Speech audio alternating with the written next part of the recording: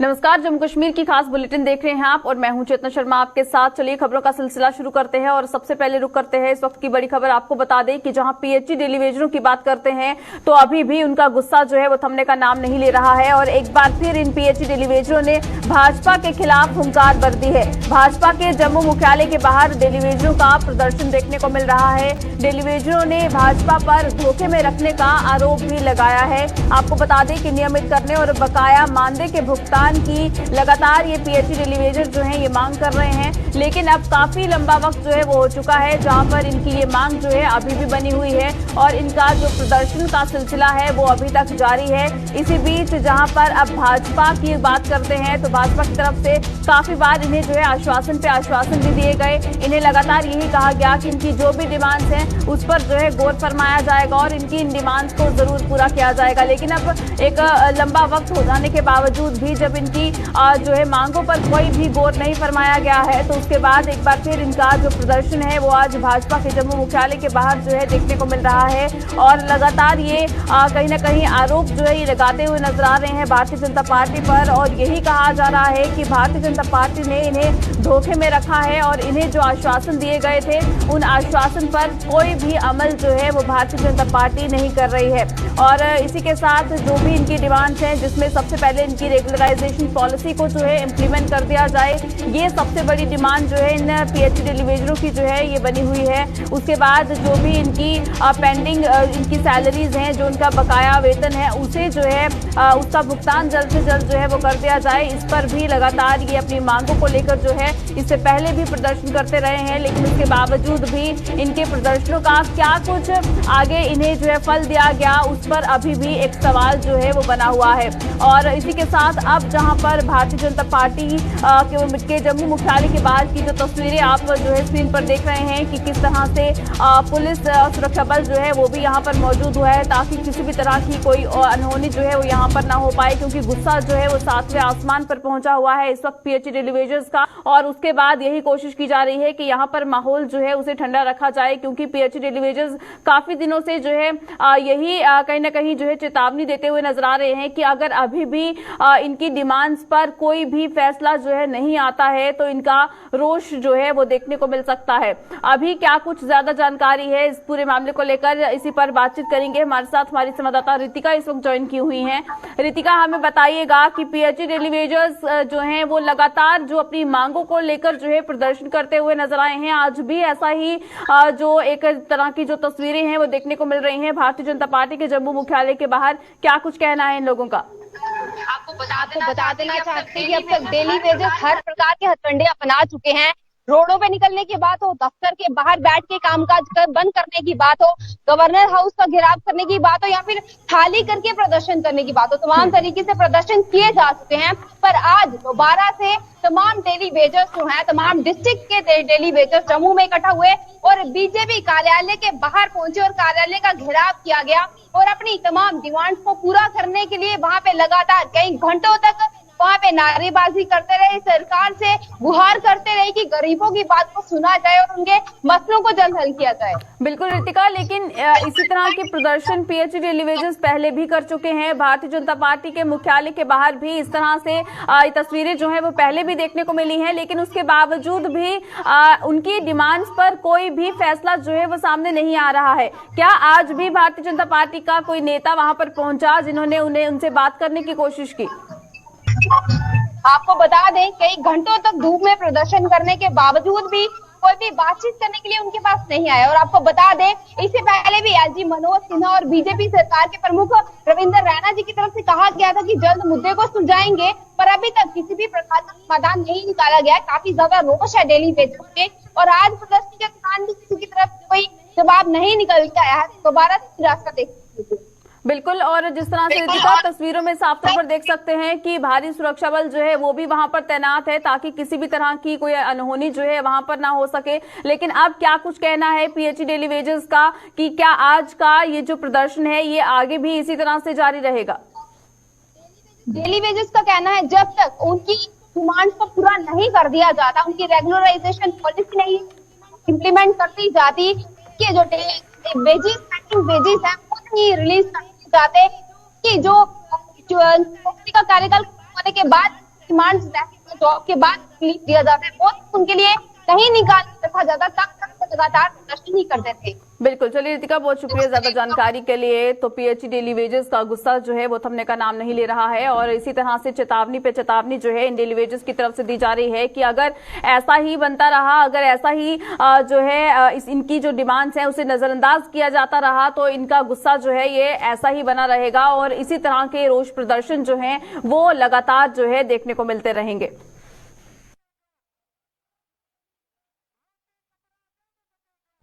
चलिए आगे बढ़ जाएंगे, रुक करते हैं रामबन की ओर। रामबन में आपको बता दें कि जहां पर लिंक रोड की बात करते हैं तो लिंक रोड का निर्माण जो है वो वहां पर शुरू हो चुका है, लेकिन इस लिंक रोड के निर्माण कार्य में नियमों का जो है पूरी तरह से ध्यान रखा जा रहा है। उखराल मार्ग से मुश्ताकपुर तक जो लिंक रोड का निर्माण वहां पर हो रहा है, इसमें हर तरह की कोई भी जो है वहां पर परेशानी ना हो, इसका जो है पूरी तरह से ध्यान जो है वहां पर रखा जा रहा है। बीच रास्ते में मलबा और बड़े बड़े बोल्डर जो हैं वो वहां पर जो है के जा रहे हैं। आपको बता दें कि अभी तक वहां पर जो भी रोजाना सफर करने वाले जो लोग हैं उन्हें जो है वहां पर ट्रैवल करने में परेशानी आ रही है, उन्हें अपनी मंजिल तक पहुंचने में जो है काफी ज्यादा परेशानी जरूर हो रही है। लेकिन इस लिंक रोड के निर्माण कार्य की अगर बात करते हैं तो बहुत ज्यादा जो है जरूरी भी था और कई सारे इलाकों को जो है रोड कनेक्टिविटी के साथ जो है जोड़ा जाएगा और ये सुविधा जो है वहां पर लोगों को जरूर मिल सकती है। लेकिन अभी जहां पर ये निर्माण कार्य जो है ये शुरू हुआ है वहां पर हर एक तरह से चीजों को जो है ध्यान में रखा जा रहा है, हर एक नियमों का जो है वहां पर पालन हो रहा है। और इसी के साथ आपको बताएं कि उखराल मार्ग से मुश्ताकपुर तक जो लिंक रोड है उसका वहां पर जो है निर्माण कार्य जो है यहाँ पर चल रहा है और इसी के साथ साथ जो भी मलबा और जो भी बड़े बड़े बोल्डर वहां से निकल रहे हैं उसे जो है वहां पर बीच रास्ते में जो है फेंका जा रहा है। और इसी के साथ साथ जो भी ट्रैवलर्स हैं जो रोजाना जो है इस मार्ग से जो सफर करते हैं, जिन्हें अपने गंतव्य की ओर जो है इसी रास्ते के जरिए से जाना पड़ता है, उनके लिए कहीं ना कहीं परेशानी का सबब जो है ये जरूर बना हुआ है। और इसी के साथ साथ जो भी ये लोग जो है इस रास्ते का इस्तेमाल करते हुए ही जाते थे, उन्हें अपने गंतव्य तक पहुंचने में देरी हो रही है, परेशानी हो रही है। लेकिन इसी के साथ इस अगर बात करते हैं इस लिंक रोड की तो आने वाले समय में काफी ज्यादा लोगों को सुविधा जो है वो जरूर मिल सकती है, क्योंकि इस लिंक रोड की अगर बात करें तो काफी लंबे समय से लोगों की डिमांड भी थी कि यहाँ पर एक रास्ता जो है वो जरूर बनाया जाए, पक्की सड़क जो है वो यहाँ पर लोगों को दी जा सके ताकि जो दूर दराज के इलाके हैं वहां पर जो है उनके साथ उन्हें रोड कनेक्टिविटी जो है वो मिल सके। और जिस तरह की परेशानियां काफी लंबे समय से वो लोग जो है जिससे फेस कर रहे थे उससे कहीं ना कहीं उन लोगों को जो है निजात मिल सके और उसी पर अब काम जो है वो चल रहा है। और इसी के साथ साथ हर एक तरह की वहां पर ये भी जो है ध्यान रखा जा रहा है ताकि अगर कंस्ट्रक्शन वर्क, क्योंकि पहाड़ी इलाका है और जब भी कोई इस तरह का कंस्ट्रक्शन वर्क जो है वहां पर होता है तो हादसे होने का डर जो है वो भी बना रहता है, लेकिन नियमों का ध्यान जो है पूरी तरह से वहां पर रखा जा रहा है। और इसी के साथ साथ जो भी लोग वहां से ट्रैवल कर रहे हैं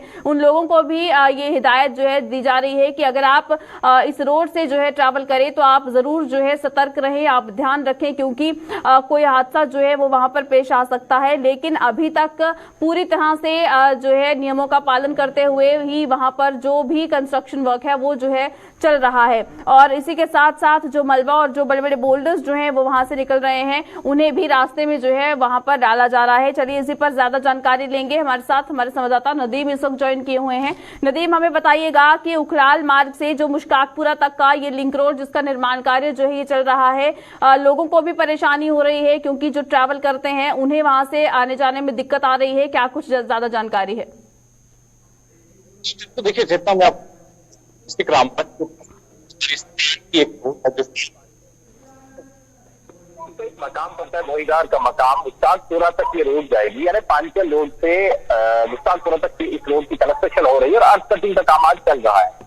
लेकिन एक चीज हम देखते हैं कि देखिए, आप डेवलपमेंट करें, आप अर्थ कटिंग भी करें, आप रोड बनाए जरूर क्योंकि इससे लोगों को फायदा होगा, लेकिन ऐसा नहीं है कि आप एक रोड पे बना रहे हो दूसरी पे उसका असर पड़ रहा है। क्योंकि जो पांचल खालगढ़ी रोड है इस पर आप देख रहे हैं कि गाड़ियां चलती है और इस सड़क पर मुलाजमीन भी चलते हैं, जो एम्प्लॉइज है जिनको मुख्तलिफ दफातरों में पहुंचा, स्टूडेंट्स है, पेशेंट्स है और बाकी जो बिजनेस कम्युनिटी से जुड़े लोग हैं वो एक जगह से दूसरी जगह ट्रैवल कर रहे हैं। लेकिन जब ये काम चल रहा है और वहां के लोगों का ये इल्जाम है कि जब ठेकेदार की तरफ से लापरवाही बढ़ती जा रही है, यानी ये चीज जो ऊपर वाली रोड से मलबा गिर रहा है, जो अर्थकटिंग वहां पे हो रही है, जो चट्टाने वहां पे उतर रही है, तो तमाम चीजें दूसरी रोड में फेंक दी जाती है और उस वजह से रोड ब्लॉक हो जाती है। और इसका साइड इफेक्ट हमें ये देखने को मिल रहा है कि जब एम्प्लॉइज टाइमली ड्यूटी पर नहीं पहुंच पाते हैं, school going kids school timely नहीं पहुंच पाते हैं, पेशेंट्स को अस्पताल पहुंचने में कई तरह की दिक्कतें रहती है, बिजनेस कम्युनिटी से लोग जो जुड़े हुए लोग हैं उनको भी परेशानियां हैं, उनके लिए भी दुश्वारियां हैं। उन लोगों ने इंतजार की है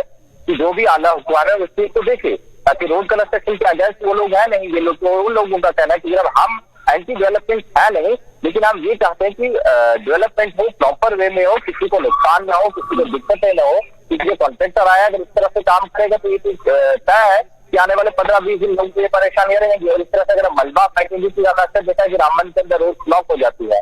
और जो फ्लड्स आते हैं हम देखते हैं कि मड फ्लड जो सड़क पर आती है, तो यही चीजें तो है, यही उन चीजों का ताज बनती है। जब आप मलबा जिम्मेदाराना तरीके से कहीं फेंक देंगे, डंपिंग साइट तक नहीं पहुंचाएंगे, आप इस तरह से आप मनमानी का काम करेंगे तो जाहिर सी बात है परेशानी लोगों के सामने है। और लोगों ने ये शिकायत की है, ये इंतजार की है, रिक्वेस्ट की है जो भी हायर अथॉरिटीज है, कंसर्न डिपार्टमेंट की, वो इस चीज को देखे और इसको रेक्टिफाई करे, लोगों की प्रॉब्लम को रिड्रेस करने की कोशिश करे ताकि ना तो बिजनेस कम्युनिटी को तो नुकसान हो, ना एम्प्लॉइज को दफ्तर पहुंचने, ना स्टूडेंट्स को लेकर परेशानी का बायस बने आने वाले कल करेगी। बिल्कुल नदीम, लेकिन जिस तरह से इस रास्ते पे चल रहा है तो क्या कोई और रास्ता तैयार नहीं किया गया ताकि लोगों को वहां से जो है आने जाने के लिए इजाजत दी जा सके?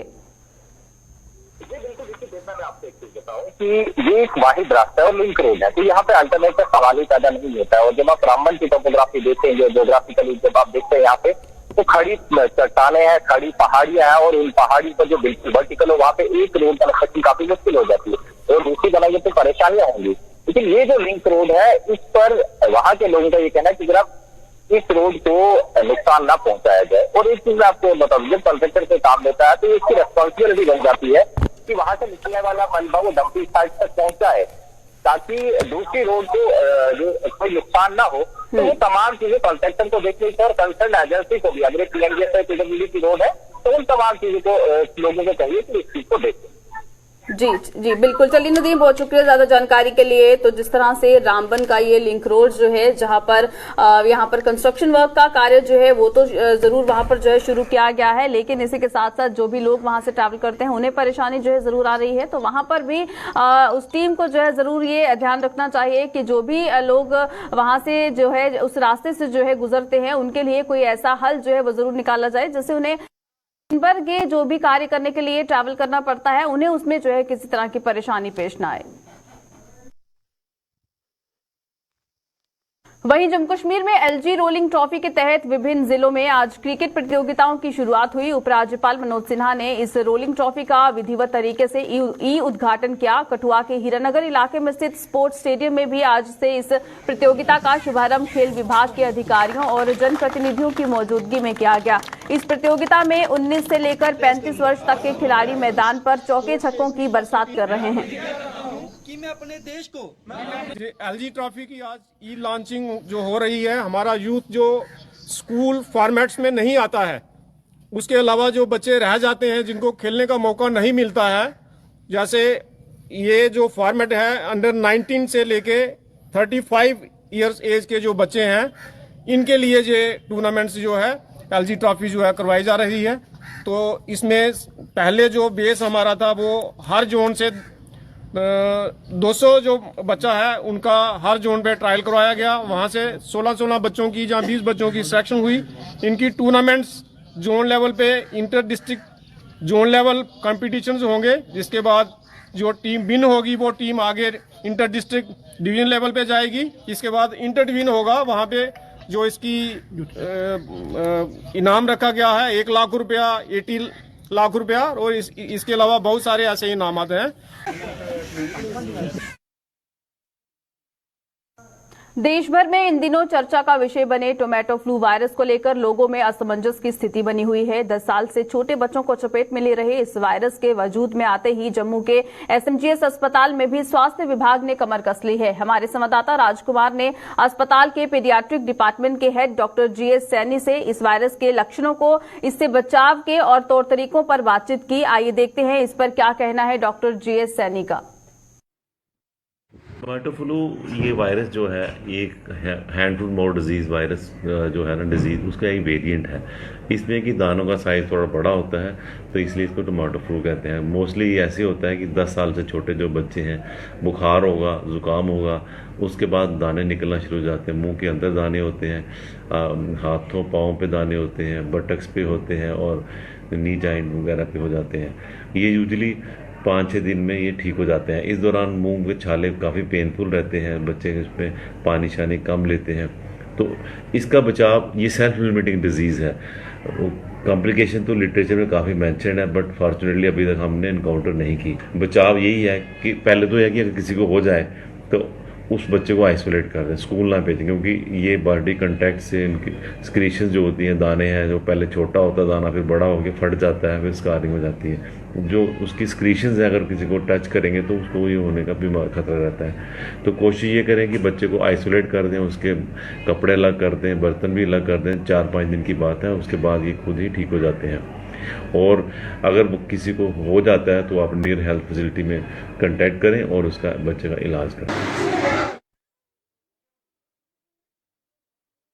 बकाया वेतन की मांग को लेकर Jammu Kashmir projects construction corporation के कर्मचारियों का धरना प्रदर्शन जारी है। आज लगातार 30वें दिन भी कॉरपोरेशन के कर्मचारियों ने अपनी मांगों को लेकर प्रदर्शन किया।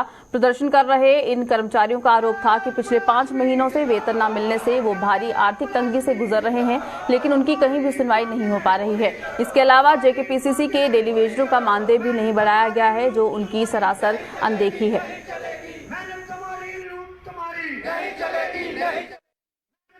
5 महीने की सैलरी और जो डेली वेजरू का ऑर्डर गवर्नमेंट ने अप्रैल से इशू किया है, उसको इम्प्लीमेंट करना है।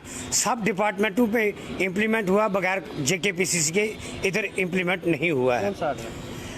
पर डे 300 रुपीज़ जो गवर्नमेंट ने ऑर्डर निकाला है। यहाँ अभी हमको 275 रुपये के हिसाब से मिल रहा है। तो 225 के 75 रुपये इन्होंने उसको बढ़ाया था। तो हर ऑर्डर हम पे इम्प्लीमेंट होता था, बदकिस्मती से इस मैनेजमेंट ने इसको इम्प्लीमेंट नहीं किया। तो आप देखिए, सितमजरी यह है कि 1 महीने से हम बैठे हैं, मैनेजमेंट का कोई भी आदमी हमारे पास बातचीत के लिए नहीं आया, पूछने के लिए नहीं आया कि आया इनको क्या तकलीफ़ है, क्या दर्द है, कौन सी परेशानी है, किस परेशानी में आप लोग हो, मैं इनसे पूछूं नहीं। वो अपनी महलों में बैठे हैं, उनको कोई परेशानी नहीं है, उनको कोई फिक्र नहीं है। मुलाजिम बैठा है, बैठने दो। इतनी गर्मी में हम बैठे हैं, उनको कोई परेशानी नहीं है।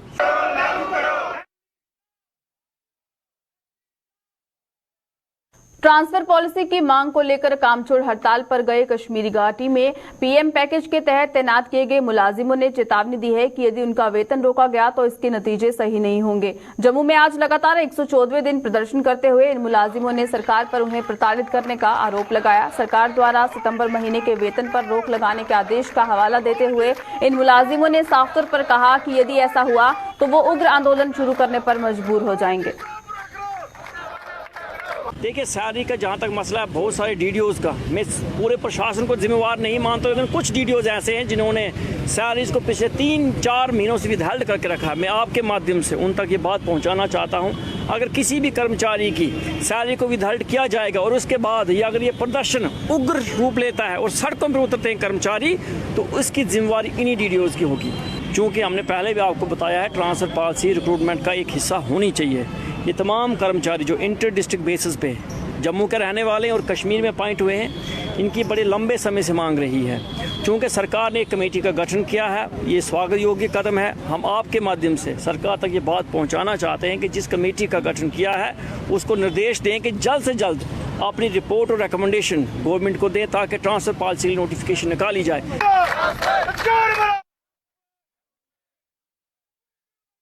जम्मू कश्मीर में पिछले कुछ दिनों से जारी नशा मुक्त अभियान को सफल बनाने के लिए पुलिस भी अपना भरपूर सहयोग दे रही है। इसी कड़ी में सांबा पुलिस ने विजयपुर में एक रोड मार्च निकाला और नशे को जड़ से उखाड़ फेंकने की इस मुहिम में दुकानदारों के साथ साथ आम लोगों का भी सहयोग मांगा। इस रोड मार्च के दौरान खासतौर पर दवा विक्रेताओं से सभी नियम कानूनों का पालन करने का आह्वान किया गया। रोड मार्च की अगुवाई सांबा के एसएसपी अभिषेक महाजन ने की, जिनके साथ एसडीपीओ विजयपुर प्रियंका शर्मा और थाना प्रभारी सहित अन्य अधिकारी भी मौजूद थे।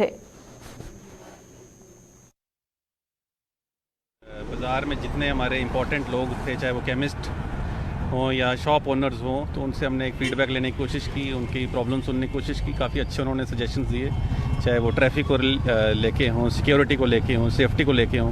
कुछ चीज़ों के बारे में हमने भी उनको अवेयरनेस दी, जैसे हम नशा मुक्त अभियान की बात करते हैं तो उस पर हमने उनसे बात की, ट्रैफिक रेगुलेशन को लेके बात की। उन्होंने सुझाव भी दिया आगे आने वाले समय पे ट्रैफिक जो विजयपुर में एक कंप्लेंट रहती है उसको हम कैसे इसका एक हल निकाल सकते हैं जो सबको एक्सेप्टेबल भी हो।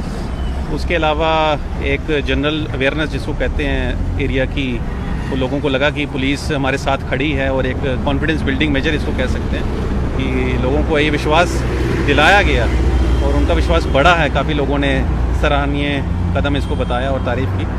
और मैं यही निवेदन करूंगा सबसे कि आने वाले समय पे कोई भी क्राइम होने से पहले ही हम प्रिवेंट कर लें, उसकी सूचना अगर हमारे पास समय होते मिल जाए तो जितने हमारे नागरिक हैं, मीडिया के लोग हैं, पुलिस के लोग हैं, उनसे ये रिक्वेस्ट है कि हम आगे आके आएँ और एक टीम की तरह एक शेयर्ड रिस्पॉन्सिबिलिटी में हम काम करेंगे और इसको अभियान को आगे भी जारी रखेंगे।